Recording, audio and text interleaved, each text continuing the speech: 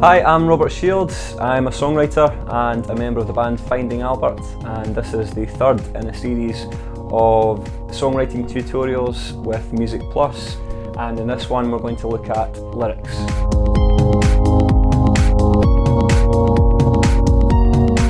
The art of lyric within songwriting is as old as songwriting itself. The skill of conveying a message, a question, a story through a lyric can really transform good melodies into great songs. In the majority of writers, lyrics can be among the more difficult aspects to finishing a song. Often because there is a pressure at that stage. You may have your melody and your chords already written and you want the lyric to live up to the same high quality as the stuff you've written preceding it.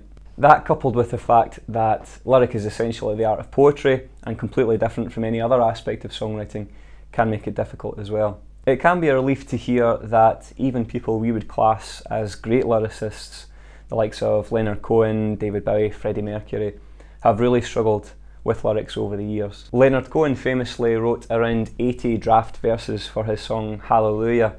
It took him around a year to finish it, and he spent a lot of the time banging his head off hotel floors. Another example would be Freddie Mercury, who famously said that he hated writing lyrics and wished someone else would do it for him.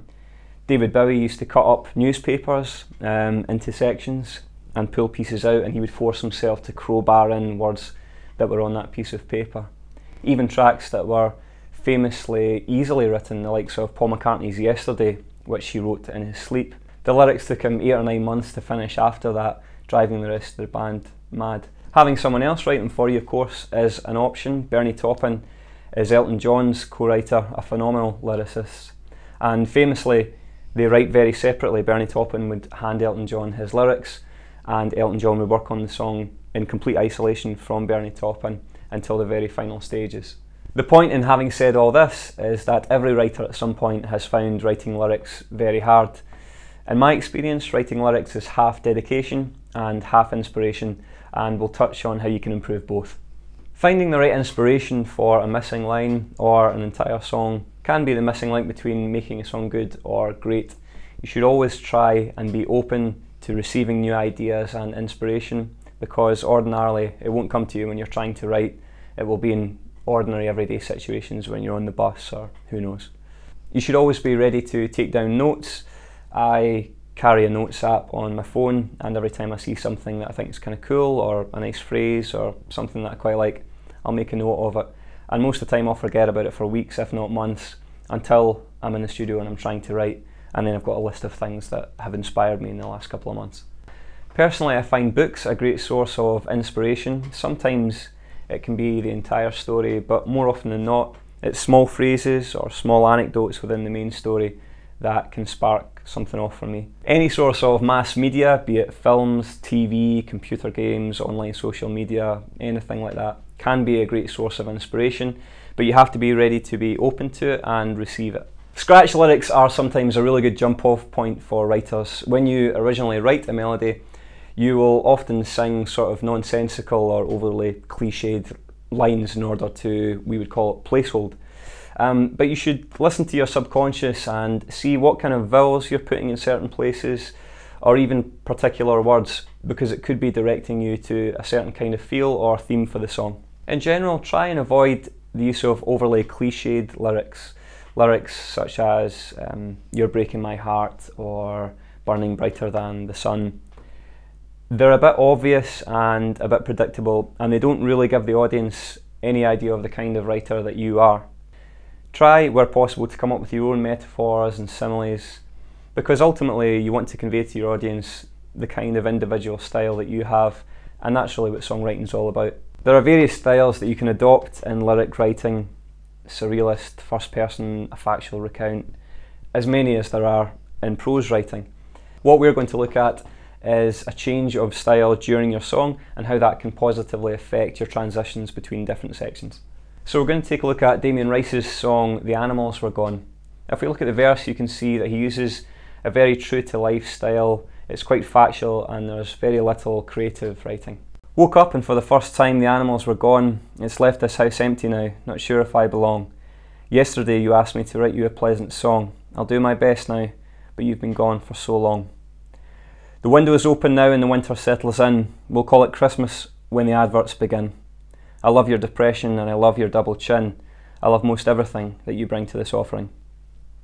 It's a factual recount of the story. He doesn't use any metaphors or any similes. He's just conveying this idea that he has in a very factual way. And from this, we can piece together a rough idea of the story that he's trying to convey. Compare this to the chorus section. Oh, I know that I left you in places of despair. Oh, I know that I love you, so please throw down your hair. At night, I trip without you and hope that I don't wake up, because waking up without you is like drinking from an empty cup. We can see a complete change in style between the two sections. In the chorus, he's went for a very creative and descriptive style, and it lifts us from the normality of the verse to this more floaty and ethereal style in the chorus. Another really good example of this is the track Mr. Brightside by The Killers. If you compare the lyrics in the verses to the lyrics in the bridge and then the chorus, you'll see a huge change in style between the levels of creative writing and descriptive technique. This change in style has a similar effect to the change of pace that we spoke about in melody writing and has the ability to lift or lower your audience right throughout your track. One thing that I've learned is that no matter how inspired you are for a track, you will almost always come up against some degree of writer's block, be it for one small line or for the entire song. Whilst it's incredibly stressful, it's very, very common and there are various techniques you can use to get through it. One of the most important things I've learned as a writer is how to fight writer's block. It's absolutely inevitable at some point, so there's no point in becoming stressed about it and it will pass. However, it's also far too easy when you have writer's block to say, I'm not in the mood, I'm not in the zone today, and you have to put in a certain level of dedication to try and fight through it as well. If I'm going through a prolonged spell of writer's block and nothing's happening, there are various techniques that I try and use. The first is to write something completely different, a style of music that I wouldn't ordinarily even listen to, let alone play. And I think it gets me excited about writing something completely different, and it brings songwriting back to what it originally was for me, which is something fun and a pastime and something that I'm not too pressured with or stressed about doing. For individual missing lines in songs that you're struggling to get, it can be a lot more stressful and a bit more difficult.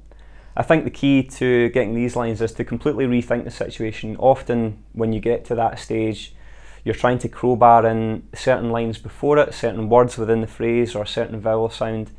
And if you completely rethink the line, be it in terms of pace or melody or the things we spoke about before, sometimes it can open up a different lyrical style to you.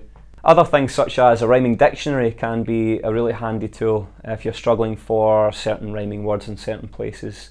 You can pick them up from most bookshops and they just give you a reference point for difficult words. Alternatively, websites such as RhymeZone are a really good reference tool and can give you instant responses for words that you're trying to get. Personally, I prefer rhyming dictionaries because they're more catered towards lyricists and writers. There are no hard and fast rules about how your writing process should go. Let things sit, make alternative versions, experiment with lyrical style. Ultimately, that's what songwriting's all about.